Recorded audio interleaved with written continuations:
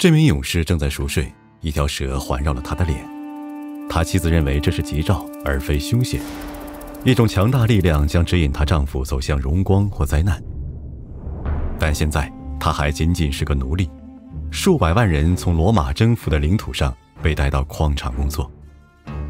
在农田耕种或为工人娱乐的角斗士。他是游牧民族色雷斯人，现保加利亚地区，在罗马军队里服役，却因擅离职守而入狱。他名叫斯巴达克斯。巴蒂亚图斯是一名角斗士训练师，他把斯巴达克斯带到卡普亚。角斗士训练所的生活非常严酷，新学员被强迫发誓，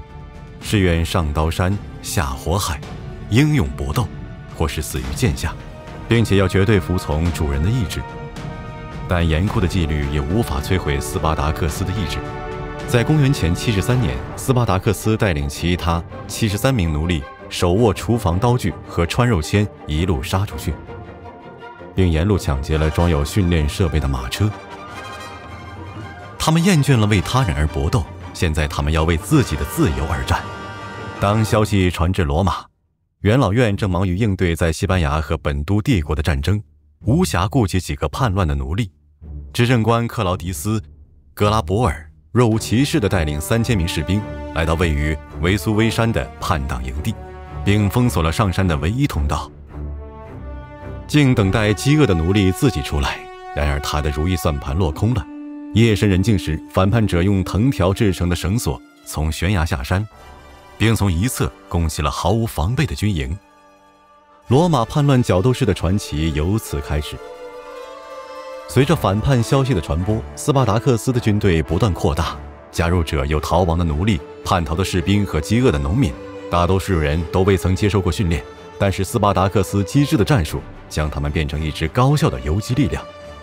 第二支罗马远征队由执政官瓦里乌尼斯率领，这支队伍在执政官洗澡时被伏击。为了避开剩余的罗马军队，反叛者利用敌人的尸体作为掩护，偷了瓦里乌尼斯的马，以助他们逃走。由于斯巴达克斯激励人心的胜利和平均分配战利品的政策，他不断吸引着追随者，并且控制了村庄，在此他们得以铸造兵器。罗马人迅速意识到他们面对的不再是破衣烂衫的难民，因此在公元前72年的春天，元老院命令2个军团进行反攻。反叛者虽然取得了胜利，但牺牲者众多，包括斯巴达克斯的助理官克雷斯。为了纪念他，斯巴达克斯为其葬礼举办了角斗士比赛，让罗马俘虏遭受他及其他奴隶曾经历过的痛苦。公元前72年年底，斯巴达克斯的军队实力雄厚，大约达到12万人，但是人数众多使管理变得困难。在去往阿尔卑斯山的路上，斯巴达克斯本想要穿过罗马边境线，这样追随者就获得了自由，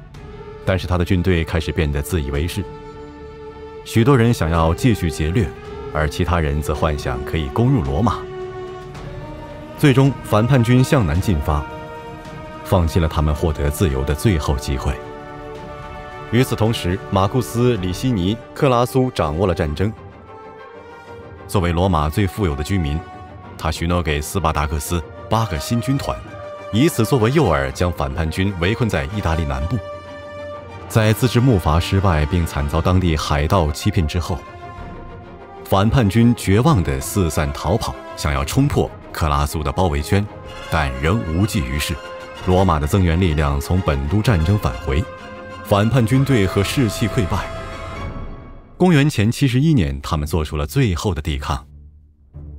就在斯巴达克斯几乎冲到克拉苏面前时，他被百人队队长砍中而倒下，他的军队瓦解了，6000名俘虏被钉死在阿尔皮亚大道沿线的十字架上，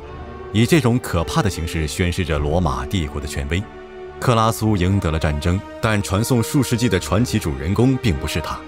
几千年之后，曾让世界最强帝国站立的奴隶的名字，成为了自由的代名词，也给了人们为了自由而奋斗的勇气。